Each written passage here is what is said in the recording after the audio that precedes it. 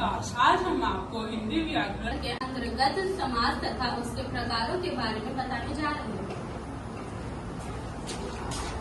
नमस्कार, मैं हूँ समास।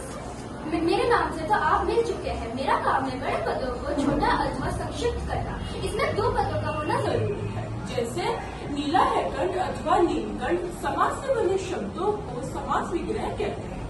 समास के मुख्य 6 भेद होते हैं। अब मैं आपको समास के प्रकारों के बारे में बताऊँ। समास के मुख्य 6 प्रकार होते हैं। पहला अव्ययभाव समास, दूसरा तत्पुरुष समास, तीसरा कर्मधारय समास, चौथा द्विगु समास, पांचवा द्वंद्व समास और छठा आखिरी बहुव्रीहि समास।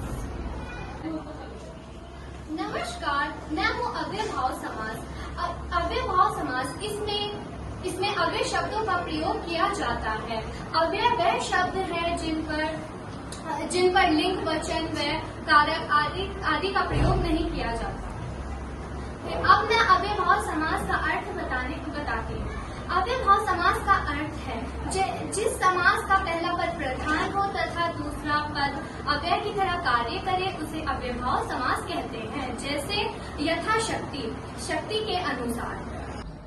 नमस्कार, मैं तत्पुरुष समास हूँ। जिस समास का उत्तर पद प्रधान होता है उसे तत्पुरुष समास कहते हैं।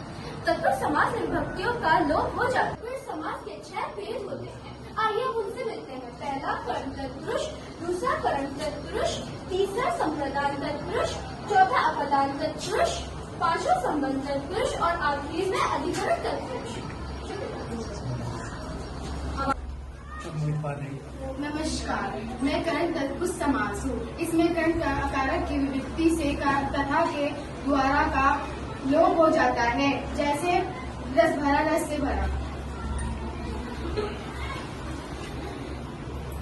नमस्कार, मैं संप्रदान तत्पुरुष समास हूँ। संप्रदान तत्पुरुष समास के प्रसर्ग के लिए का लोप हो जाता है। जैसे मालगाड़ी, माल के लिए गाड़ी, विद्यालय, विद्या के लिए आलय। नमस्कार, मैं अपदान तत्पुरुष समास हूँ। अपदान तत्पुरुष समास में प्रसर्ग से का लोप किया जाता है। नमस्कार, मैं संबंध तत्पुरुष समास। संबंध तत्पुरुष समास में के का की प्रसर्गों का लोप किया जाता है। जैसे राज सेविक, राजा के सेविक, देशवासी, देश के वासी।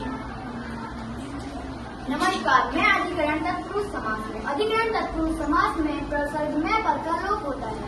जैसे आप बीती, आप पर जीती, घर प्रवेश, घर में प्रवेश।